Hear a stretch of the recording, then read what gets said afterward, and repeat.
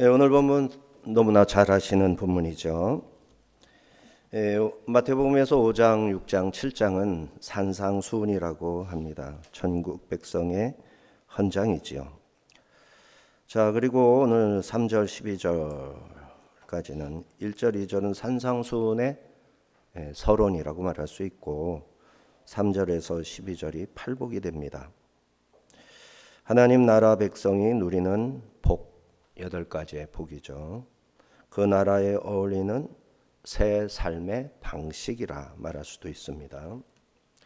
구약에서 십계명이 토라의 핵심이 되는 것처럼 복음서에서 핵심을 산상수훈이라고 말할 수 있습니다. 자, 예수님이 산에 올라가셔서 제자들하고 무리를 가르치시는데 1절, 2절 내용이죠. 한번 읽어보겠습니다. 예수께서 무리를 보시고 산에 올라가 앉으시니 제자들이 나온지라 입을 열어 가르쳐 이르시되. 유대인들에게 산은 하나님을 만나는 곳이고 율법을 받는 곳입니다. 모세는 시내산에 올라가서 십계명을 비롯한 여러 가지 법을, 율법을 수여받았죠. 예수님도 이제 제자들을 데리고 산에 가셔서 제자들에게, 무리에게 하나님의 아들로서 법을 주시는 거예요. 유대인들은 율법을 자기들 혈통만 지키면 되는 줄 알았죠. 하지만 제자들은 예수님으로부터 새 율법을 받게 되면 이 복음을 듣거나 읽는 모든 사람들, 혈통을 넘어서 모든 민족과 열방에게 전해야 됩니다. 그래서 복음을 받는 사람은 누구나 그리스도의 제자가 되는 것이고 또 천국 시민으로 살아가게 되는 겁니다. 자, 그런데 이 제자들이 이 복음을 전하기 위해서 자기들의 생명을 아끼지 않았어요. 왜냐하면 복음을 듣거나 읽으면 누구나 생명을 얻고 변화된 삶을 살게 되고 천국에 대한 확신으로 기쁨을 누린다는 것을 자기가 먼저 경험을 했고 그것보다 더 좋은 것은 없다라는 것을 알았기 때문에 누군가가 그런 기쁨, 그런 구원을 받을 수만 있다면 나는 죽어도 괜찮겠다. 이런 마음이 있었던 것이죠. 자, 이제 우리 그리스도인들이 이 천국 백성들이 되어서 이 법령을 지키면서 살아야 됩니다.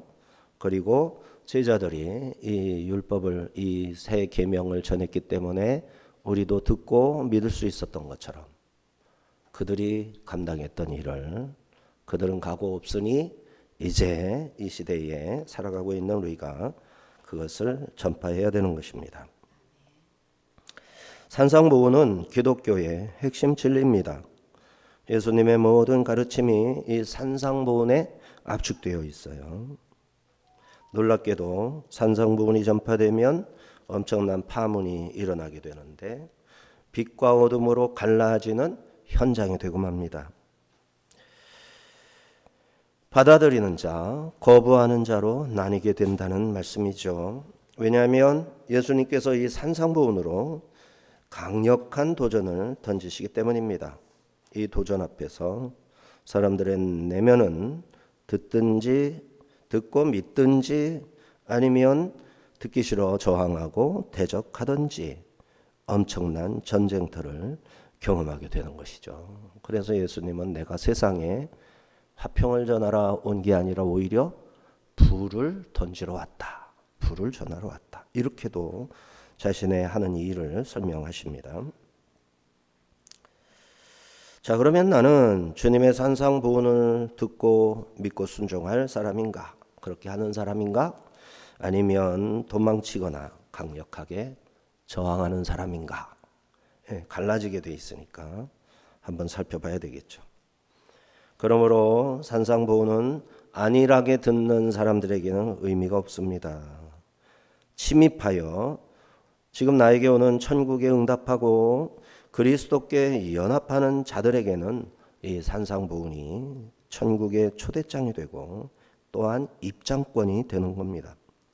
산상보훈은 천국 시민이 된 자들의 삶을 규정해주고 믿음을 더욱 고양시켜주는 능력 있는 가르침인 것이죠.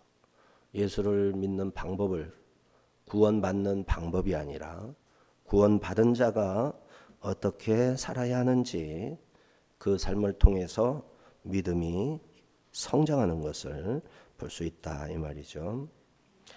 호기심으로 들을 내용이 아닙니다. 삶의 방향을 바꾼 자로서 내 삶에 어떻게 그리스도를 구현시키고 천국의 건설 역군으로 어떤 일을 하며 마지막 추수 때에 어떤 열매를 준비해서 주님께 드릴 것인지 그것을 좀 배워야 되겠다. 이런 마음으로 들어야 할 복음인 것이죠. 자, 마태복음에는 산상수훈 말고도 제자 설교가 있고요. 천국 설교, 천국 비유 설교가 있고 천국 시민의 삶을 18장이 있고 감람산에서 하신 종말 설교 5개의 강화가 있습니다. 자, 이제 복 있는 사람이 뭔가 복음을 듣고 구원받은 사람이 복 있는 사람이겠죠. 이 복이 내 것임을 깨달은 사람 어떻게 반응할까? 하나님이 내게 은혜를 베풀어 주셨으니 받기만 하면 안 될 것 같은데 이러는 거죠. 그러면 내가 받은 은혜를 어떻게 감사하지? 어떻게 응답하지? 고민하게 되는 겁니다. 자, 상상조차 못했던 그 은혜, 큰 구원 받았으니 은혜의 출처가 되시는 하나님도 알아야 되겠고 그분 앞에 충분히 감사를 하고 싶어지는 거예요. 자, 그리하여 주님께서 구원받아 천국 시민이 된 자를 위해 8가지의 복된 삶을 말씀해 주십니다. 이 삶은 하나님 나라에 합당한 삶이고 이미 약속을 받은 자들에게 일러주는 마땅한 규범이 되는 것이에요. 구원의 조건이 아니라 구원받은 자가 어떻게 응답할 수 있는지 가르쳐 주는 것이죠. 3절에서 6절을 읽어보겠습니다. 심령이 가난한 자는 복이 있나니 천국이 그들의 것이며 애통하는 자는 복이 있나니 그들이 위로를 받을 것이며 온유한 자는 복이 있나니 그들이 땅을 기업으로 받을 것이며 의에 줄이고 목마른 자는 복이 있나니 그들이 배부를 것이며. 이 팔복을 외워놓는 게 좋겠죠. 심에 온의 극마화의 이러면 다 외운 건데 심에 온의 극마화의 심령이 가난한 자, 마음이 애통하는 자, 온유한 자, 의에 줄이고 목마른 자 이렇게 4가지를 먼저 살피겠습니다. 먼저 심령의 가난을 수용을 할 것, 천국 소유에 대한 약속의 말씀. 자, 팔복의 선언에서 복이 있나니 그랬죠. 복이 있나니 마카리오이 그랬는데 시적 혹격입니다. 그래서 운율을 살려서 적어 놓은 거예요. 읽으면 리듬을 탈 수 있게 되는 거죠. 이 모든 복에는 축복의 선언과 축복의 대상과 축복의 내용을 밝히고 있어요. 그래서 3절을 직역해서 읽으면 복이 있으며 선언했죠. 심령이 가난한 자들아 대상이죠. 천국이 너희의 것이로다. 축복의 내용 천국이 내 것이다. 이렇게 되는 거죠. 그래서 8가지 복이 그런 형태입니다. 그런데 심령 가난에서 가난 푸토코인데 돈이나 경제적인 가난이 아니고 영적인 자만심, 영적인 독립심의 반대 개념입니다. 내 것에 대한 외적인 가난이 아니라 하나님의 것에 대한 내면적인 풍요에 대한 절대적인 결핍을 말하는 거예요. 주님은 그들이 복이 있다 하시며 가난한 그들은 천국을 소유했다. 천국을 소유한 사람은 가난함을 안다. 천국에 대한 절대적 결핍을 느끼며 살아간다. 이게 복이다. 이해가 되십니까? 우리는 예수 믿으면 마음에 풍요롭고 만족하고 기쁨이 넘칠 거라고 기대를 하면서 믿고 신앙생활 하는 거 아닙니까? 근데 그게 다가 아니에요. 그거 없는 거 아니에요. 실제로 그렇거든요. 하지만 그것만 있는 게 아니라 진짜 궁극적인 것을 약속받고 보니 그거를 더 누리고 싶은 거예요. 더 누리고 싶은 만큼 결핍을 느끼는 거예요. 이게 가난인 거예요. 이게 가난. 그래서 더 많은 하늘에 속한 복을 내가 알고 깨닫고 누리고 싶다. 이것이 얼만큼 크냐에 따라서 내가 지금 만족하고 있는 것보다 훨씬 더 큰 복을 생각하고 있는 거죠. 그러니까 이 결핍이 크면 클수록 하나님 나라에 대한 기대가 큰 거죠. 이것보다 복 있는 게 어디 있겠어요. 사람들은 그 있는 줄도 모르고 사는데. 자, 그래서 이 말씀을 직역하면 내 마음이 가난하다면 너는 천국을 소유했다. 너는 복이 있는 자이니 자만심으로 심령을 부하고 화려하게 치장하지 말아라. 이 세상 사람들은 그래야 되는 줄 알고 살 수밖에 없잖아요. 내세가 있는 거를 믿지 않으니까. 또 이걸 의역을 더하면 내 마음이 가난할 때 너는 천국을 소유할 수 있었다. 그러니 너는 네 심령을 항상 가난하게 하라 라고 이해할 수도 있는 거죠. 내 마음을 가난하게 하라, 심령을 가난하게 하라라는 것은 맨날 죽는 소리 하라는 차원이 아닌 거죠. 내가 지금 가지고 있는 것이 다가 아니라 이보다 훨씬 크고 아름다운 것이 나를 위해 예비되어 있는데 그것도 누리고 싶다. 그래서 나는 결핍하고 가난하다. 이런 마음을 관리하라는 거예요.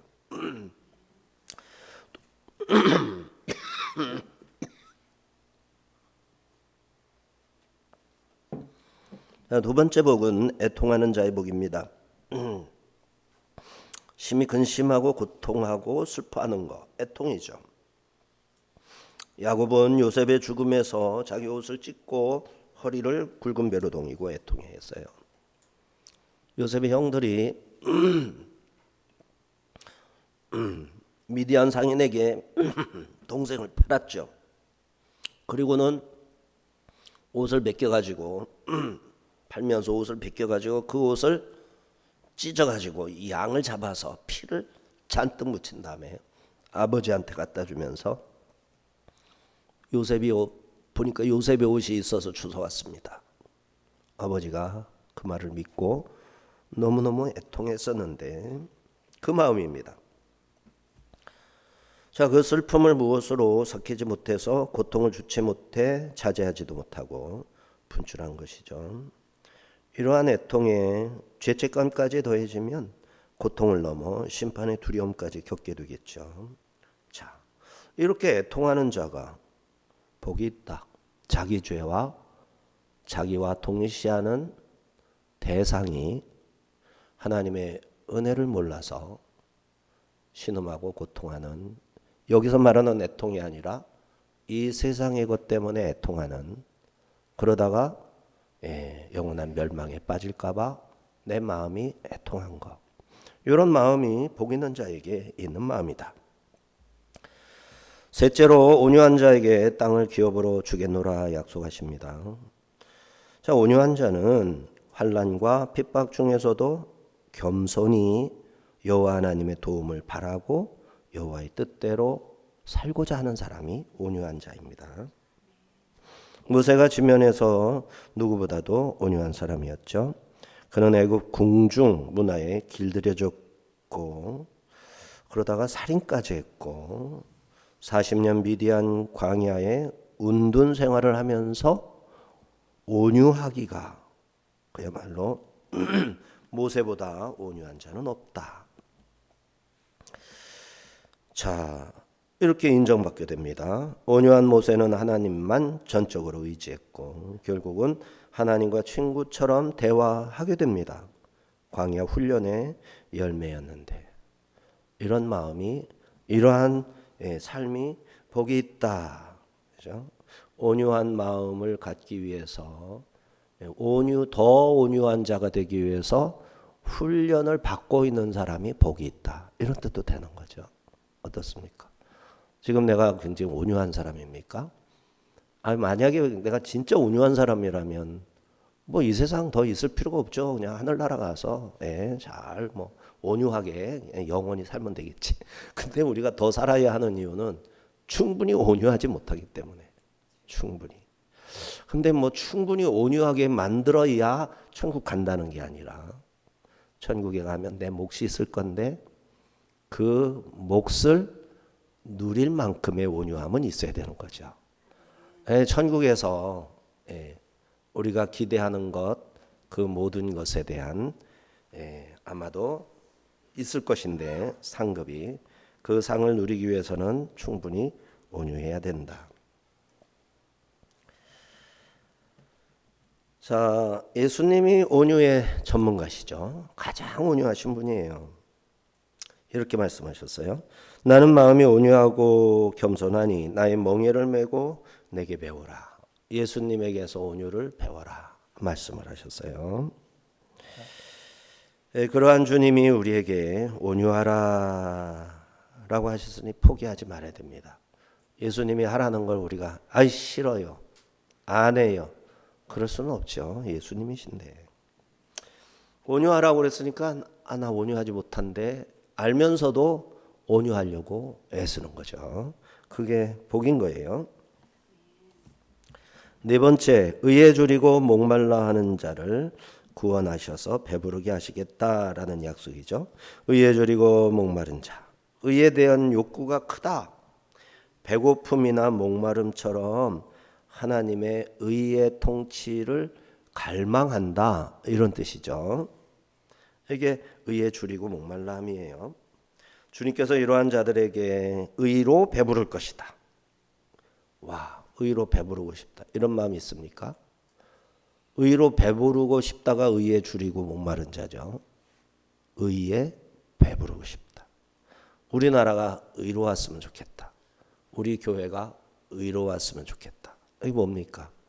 거짓이 없고, 그죠? 속이는 것이 없고, 정직하고 바르고. 교회가 정직하면 좋잖아요. 성도들이 다 정직하고, 목사님이 정직하고, 바르고, 그런 거를 좋아하고, 그죠? 안 본다고 헛된 짓 하지 말고, 자기 이익을 얻기 위해서 거짓말을 하고, 사람도 죽이기도 하고, 이런 거 없으면 좋잖아요. 이게 의에 줄이고 목마른 사람의 마음이죠. 이런 마음을 가진 사람이 뭐 있다? 복이 있다. 여러분, 우리가 의롭기는 쉽지 않잖아요. 우리가 의로워봐야 얼마나 의로울 수 있겠어요? 그런데 의에 굶주릴 수는 있지 않을까요? 의로운 사람 되고 싶어서 마음이 막 목이 마른 거예요. 그런 거는 할 수 있지 않을까요? 내가 의로운 뭔가 해내는 의인으로 나설 만큼은 영 자신이 없지만 정말 그런 세상 됐으면 좋겠다. 내가 그런 의인 되었으면 좋겠다. 굉장히 목말라 하는, 그거는 다 할 수 있잖아요. 그렇죠? 그렇게 복 있는 사람 되시기 바랍니다. 자, 팔복의 전반부가 점점 계단식으로 심화되었었습니다. 1복은 영적 파산, 내가 아무것도 아님을 깨닫는 복이라 말할 수 있고, 2복은 정서적 반응으로 파산 상태로 인해 하나님 앞에 눈물을 흘리는 애통의 복이라 할 수 있고, 제3복은 태도의 변화로 하나님께 길들여진 온유한 성품으로 더 성장하고 싶어하는 그러한 복이라 할 수 있고, 그 다음에 사복은 역동적 갈망에 따라 하나님의 의를 향해 달려갑니다.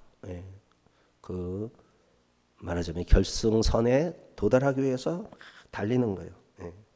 최선을 다해서. 그게 이제 의에 줄이고 목마른 네 번째 복입니다. 자, 5, 6, 7, 8복의 후반부. 전반부에서는 하나님과의 관계를 통해 내면에 복이 있는 자들, 그 복이 이제 세상과 이웃을 향해 어떻게 흘러갈 수 있는가, 요거를 5, 6, 7, 8복에서 보여줍니다. 7절에서 10절이 5, 6, 7, 8복입니다. 함께 보겠습니다. 긍휼히 여기는 자는 복이 있나니 그들이 긍휼히 여김을 받을 것이며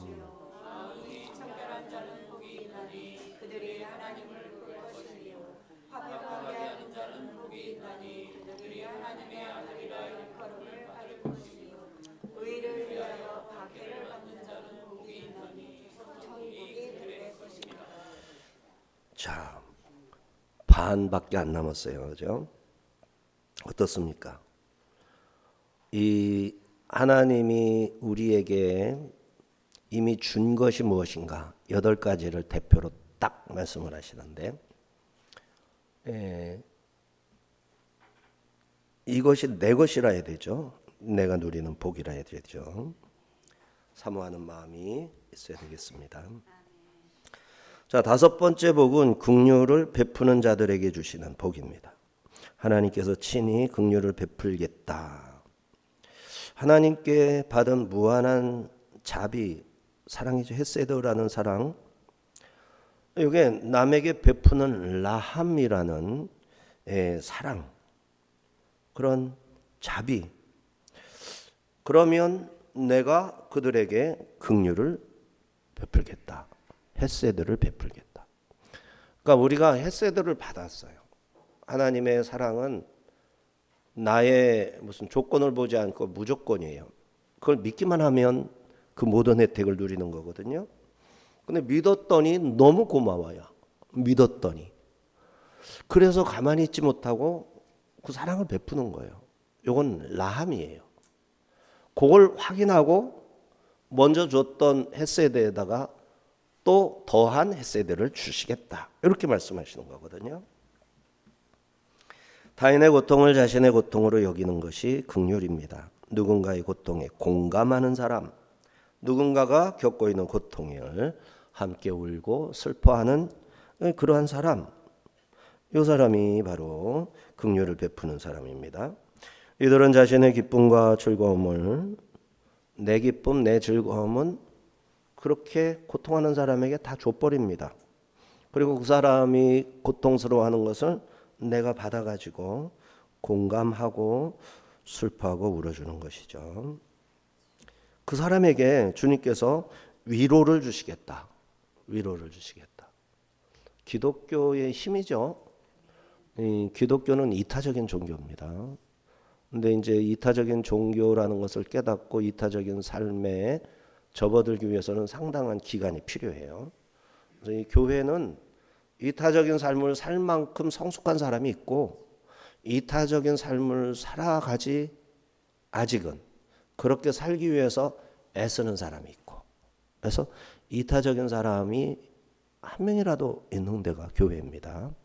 전부 다가 이타적인 사람이라고 말하지는 못하죠. 교회 출석하면 사람이 확 바뀌는 게 아니니까. 내내 그 사람이 교회에 들어온 거니까. 그래서 세상에서 살던 대로 살다가 하나님 말씀을 듣다 보면 이렇게 살면 안 된다는 거구나 깨닫게 되는 거죠. 내가 복을 받았는데 그 복에 적합한 삶을 살아야 되겠다, 이렇게 되는 거죠. 자, 이래서 6번째 복은 마음이 청결한 자들에게 하나님의 얼굴을 마주 대하게 될 것이다 라는 약속의 복입니다. 마음이 청결하다. 카다로이. 마음은 심령이 가난한 자 했을 때 그 심령과 같은 단어입니다. 자, 그러니까 1복에서는 심령이라고 했고 6복에서는 그냥 마음이라고 한 거예요. 그러니까 같은 단어예요. 자, 이 마음의 청결은 나누어지지 않은 마음, 나누어지지 않은 마음. 깨끗한 마음은 나누어지지 않은 마음이에요. 위선이나 두 마음의 반대, 한 가지 마음입니다. 이들이 하나님을 볼 것이다 하셨습니다. 마음의 부정을 그리스도의 보혈로 깨끗하게 씻고, 그래서 청결한 거죠. 하나님만을 향한 순전한 마음을 끝까지 지키는 것. 하나님의 얼굴을 볼 것이다 이랬습니다. 거짓 없는 모습이 누구를 닮은 겁니까? 예수님을 닮은 거죠. 마음이 청결. 예수님의 피로 내 마음을 씻으니까 내가 예수님을 닮아지는 거예요. 그죠? 목욕탕에 가서 목욕하면 목욕탕 사장을 닮는 게 아니라 우리가 예수님의 피로 내 죄를 씻었으니까 예수님을 닮아가는 거죠. 조심해야 되겠죠. 자, 거짓 없음을 예수님 닮고 마음의 청결을 지키기 위해 고난도 감수하니 하나님 앞에 갔을 때 뵙는 영광을 얻는 것입니다. 7번째 칠복입니다. 화평을 위해 고생하며 수고한 자에게 하나님의 아들이라 칭하겠다. 화평케 하는 자. 자, 평화를 위해 노력한 사람이죠. 세상은 이들을 보며 야, 저 사람은 진짜 하나님의 자녀구나. 평화를 위해 애쓰는 사람을 보면 와, 하나님을 본 것 같다. 이런 느낌을 가지게 되죠. 죄가 세상에 들어옴으로써 인류는 사단에게 속한 자가 되어 하나님과 원수가 됐고 하나님과의 관계가 깨졌습니다. 이에 그리스도께서 자신의 몸을 희생 제물로 바쳐서 평화를, 하나님과의 평화죠, 회복하셨습니다. 이 소식을 듣고 믿는 자, 하나님과 화평을 이루게 되죠.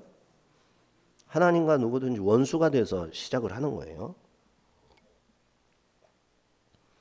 아담이 범죄하고 범죄한 몸으로 우리 인류를 이렇게 후손까지 낳았는데, 죄인이 애를 낳으면 꼭 죄인이 아니라는 건 이 세상의 논리고, 하나님의 논리에서는 개가 애를 낳으면 강아지가 개인 것처럼 죄인이 애를 낳으면 죄의 새끼가 되는 거죠. 이렇게 되는 겁니다. 이게 이제 당연한 이치잖아요. 그거를 해결을 해야 되는 거죠. 자, 이렇게 하나님과의 관계가 끊어졌고 하나님께서 이 하나님과의 관계가 깨진 자들을 하나님의 천국 통치에 참여시키고 싶어하는 거예요. 그래서 영적 전쟁에 나가 마귀에게 사로잡혔던 자를 건져내어 하나님께 그들을 전리품으로 바친 자, 이게 화평케 하는 자입니다. 예수님이 우리를 화평케 했는데 하나님과 누군가를 화평케 하는 일을 내가 할 수 있겠어요? 나는 못해요. 근데 내가 하나님과 어떻게 화평하게 되었지? 라는 것을 보면 그 사람을 하나님하고 화평하게 할 수 있어요. 이게 화평케 하는 자입니다. 네. 나를 하나님께 화평케 한 자가 있는 거예요. 전도하신 분이죠. 그러면 나도 누군가에게 예수님을 전하면 그 사람이 하나님과 화평하게 되는 거예요. 이렇게 화평케 하는 자. 이 사람이 바로 이제 독생하신 예수께서 행하신 화목 제사가 효력을 발휘하도록 헛되지 않도록 해준 거잖아요. 그렇죠? 예수님이 하신 것을 헛되지 않도록 누군가에게 효력을 발생하도록 해낸 거잖아요. 이거 화평케 하는 자예요. 예? 이걸 할 수 있지 않겠습니까? 그러면은 하나님의 아들로 인정되어서 이제 하나님 앞에 가게 되는데, 하나님의 아들이라고 말할 때 아들의 특권은 아버지하고 같이 식사하는 거예요. 아버지하고 같이 말하고 대화하는 거예요. 그래서 하나님의 아들이 되어서 하나님의 식탁에 참여하는 것으로 모든 것을 대표적인 그 지위를 말해주게 되는 것이죠. 마지막으로 8번째 복입니다. 의를 위해 박해를 받은 자들에게 천국을 소유하게 하겠다. 의를 위해 박해받은 자. 의는 그리스도죠. 예수님이 의예요. 예수님 같이 거룩한 거. 그래서 우리는 그렇게 되질 못하니까 예수님의 피를 의지해서 죄를 씻고 거짓을 씻고 주님의 의를 붙잡아서 예수님의 의로서 대신하는 거죠. 그걸 칭의라고 하지 않습니까? 자, 주님께서 죽으실 때 온갖 고초를 다 겪으셨던 것처럼 그 길을 따라 걸은 자들이 천국을 소유하게 된다 말씀하신 것인데, 자기 잘못 때문이 아니라 하나님의 뜻을 선택했기 때문에 세상에서 거부를 당하게 됩니다. 하나님의 의는 세상에 용납되지 못하고 거부를 당하게 되어 있어요. 그래서 하나님의 의는 누구를 위해서 죽음으로써 대신해서 얻는다. 이게 얼마나 일반적인 사람들이 생각할 때 이게 참 비약적이고 받아들일 수가 없죠. 세상은 자기 편에 드는 것을 원하죠. 그래서 세상 사람들은 같이 세상 사람이길 원하는 거예요. 근데 하나님 편에 선 사람들은 하나님 편에 서야죠. 근데 하나님의 법과 세상의 법이 다르단 말이죠. 그래도 우리나라 헌법은 하나님의 법하고 굉장히 이게 처음에 헌법을 기초하신 기준이 성경이었거든요. 우리나라 법이. 그래서 성경의 법에 따라서 헌법을 세웠기 때문에 하나님의 법하고 나라 법이 너무너무 이렇게 일치가 많았죠. 근데 지금은 달라졌죠. 너무 많이 개정을 해가지고 동성애라든지 이런 것도 합법이 되는 시대니까 많이 달라진 거예요. 그러니까 이게 다툼이 일어날 수밖에 없어요. 그래서 세상이 사단의 역사 아래 있는 세상을 말하는 거겠지만 자기 편을 들지 않는 하나님 편에 있는 의인들을 적으로 삼는 겁니다. 그래서 박해하기 시작하는 거죠. 주님께서는 이 사람들이 어떤 고통을 겪고 있는지 다 아시는 거예요. 때가 되면 반드시 구원하셔서 천국을 소유하게 하실 겁니다. 자, 팔복을 누리는 자는 예수님 안에 있는 제자들이죠. 이들이 예수님을 닮아가고 결국 예수님의 영광 중에 거하게 될 겁니다. 그때 누릴 복은 이 세상에서 맛볼 수 없는 전혀 아주 놀라운 그런 복입니다. 그러므로 누가 이 세상에서 천국 부럽지 않게 살아간다면 부러워할 게 아닌 겁니다. 이 세상에서 천국 부럽지 않게 산다. 그렇게 말하는 것처럼 저주스러운 말은 없다라고 이렇게 말할 수 있을 때 그게 무슨 뜻이야? 하고 물어보면 말이 돼야 되는 거죠.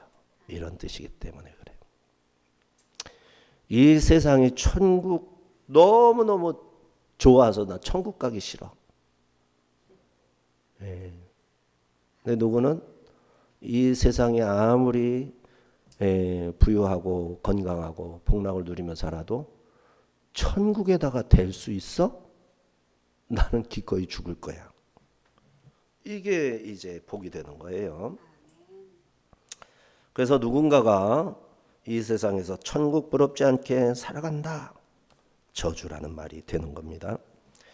이처럼 8번째 복은 팔복의 완성입니다. 팔복의 가치관은 세상의 가치관과 충돌을 피할 수 없습니다.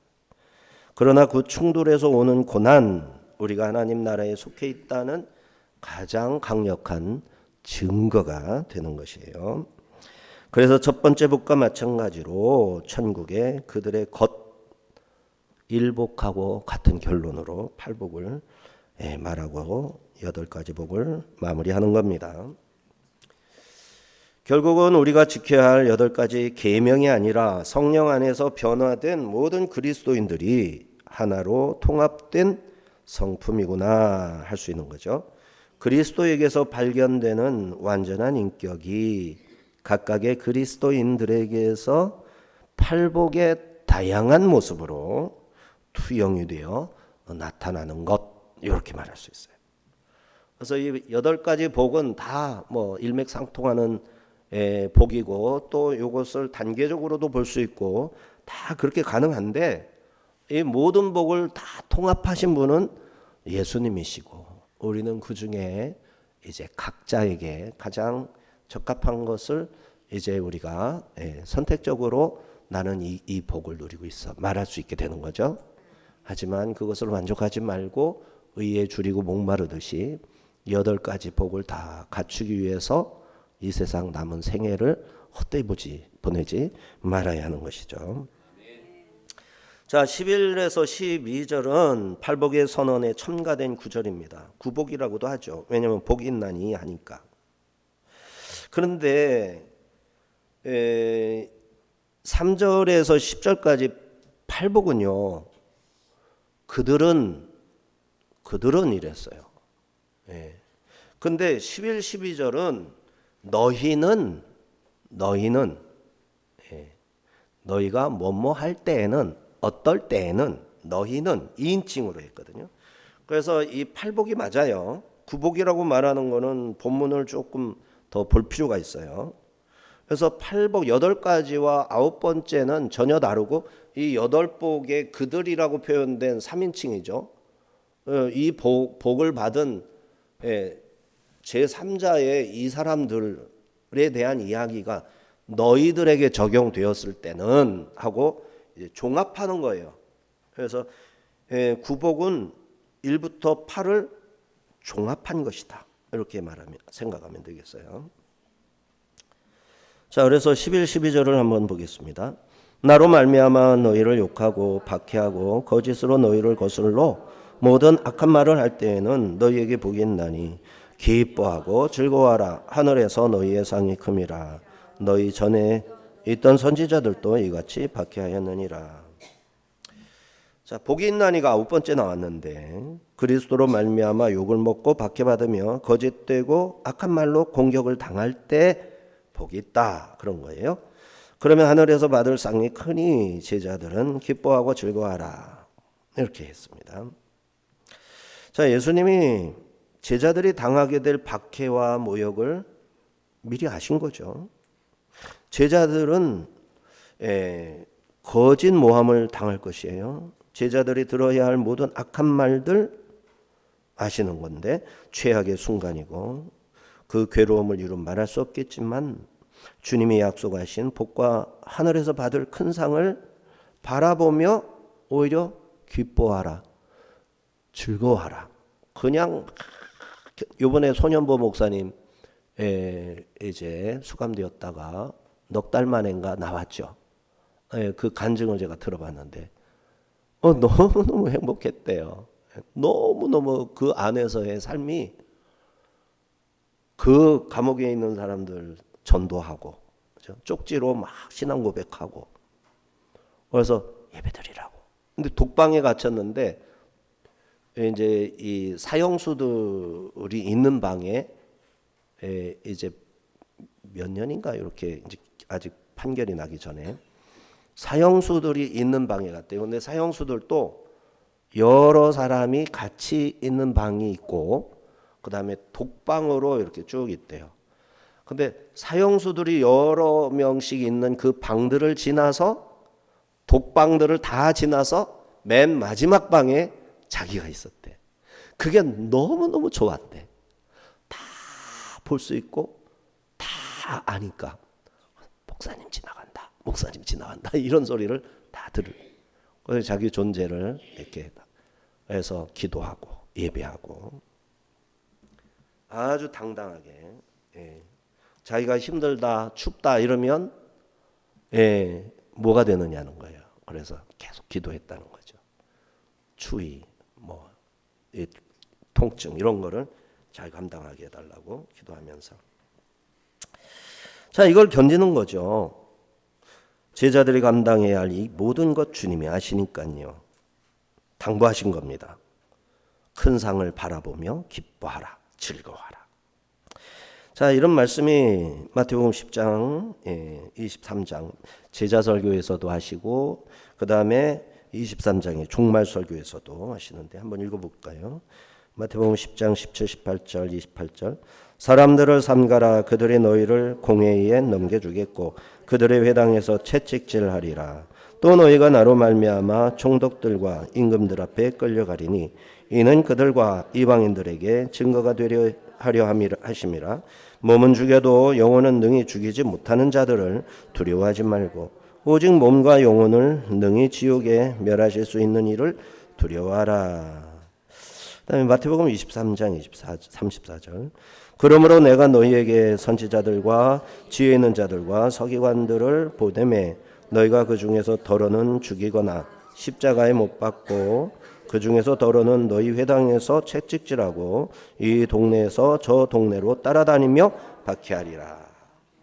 이렇게 복음이 전파되면 빛과 어둠으로 나뉜다고 했죠. 세상 질서의 균열을 일으키게 됩니다.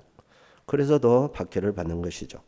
세상이 거절한 예수를 환영하고 있으니 그 대가가 혹독합니다. 그런데 예수님은 그 핍박을 복으로 여기라 하셨습니다. 하늘의 상이 크니 기뻐하라 하셨어요. 그러니 도피와 회피, 타협의 삶을 과감하게 접어버리고 이 복을 누리게 해달라고 기도해야 되겠습니다. 박해가 지나면 반드시 영광이 있을 겁니다. 주님의 약속입니다. 자, 11절의 마지막에 나로 말미암아 너희를 욕하고 박해하고 거짓으로 너희를 2인칭 거슬러 모든 악한 말을 할 때는 뭐뭐 할 때에는 너희가 뭐뭐 할 때에는 너희에게 복이 있나니. 이렇게 12절에서 기뻐하고 즐거워하라 하늘에서 너희의 상이 큼이라. 너희 전에 있던 선지자들도 이같이 박해하였다. 이 말은 너희도 선지자들처럼 나가서 박해를 각오하고 박해를 당하며 살아라 하는 뜻으로 이걸 썼지. 조심해라. 너네들도 잘못 걸리면 그 선지자들처럼 이야 큰일 난다. 내가 얘기했지. 조심해. 박해 피하는 방법을 잘 배워. 절대 아니다. 요리조리 피하는 방법을 가르쳐주마. 절대 아니라는 거예요. 하나님 말씀에 그런 의도가 전혀 없다라는 거예요. 그래서 2인칭으로 다시 강조를 하는 겁니다. 종합하면 팔복의 상황이 구복의 다양한 상황이었고 팔복은 구복의 다양한 설명이라 할 수 있습니다.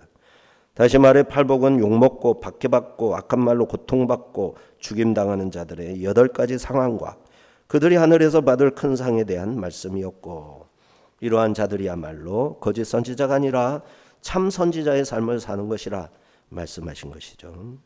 그리스도인들이 세상에 나가면 누구나 선지자입니다. 특히 5, 6, 7장 산상보훈을 읽는 그리스도의 제자들은 세상에 나가서 선지자로 살아야 합니다.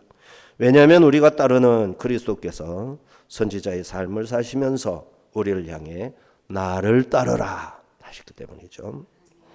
오늘 말씀으로 우리의 정체성이 확실해졌습니다. 세상은 소유가 많은 자가 복이 있다 말하지만 주님은 심령이 가난한 자가 복이 있다 하셨습니다. 세상은 수단과 방법을 가리지 않고 승리하는 자가 땅을 차지한다 주장하지만 주님은 온유한 자가 땅을 차지한다, 기업으로 받는다 말씀하십니다. 세상의 가치관을 뒤집는 역설의 복입니다. 이 삶의 끝에 박해가 기다릴지 모릅니다. 그러나 주님은 분명하게 기뻐하고 즐거워하라. 박해 받는다면 하늘에서 너희의 상이 큽니다 말씀을 하셨어요. 세상에 나가 복을 구걸하는 자로 살 것이 아니라 내 안에 임한 천국을 소유한 자로 팔복의 삶을 사시면서 박해를 기뻐하고 즐거워하는 팔복의 사람이 되시기를 주의 이름으로 축원합니다. 기도합니다. 사랑과 은혜가 풍성하신 하나님 아버지, 오늘 산상보훈의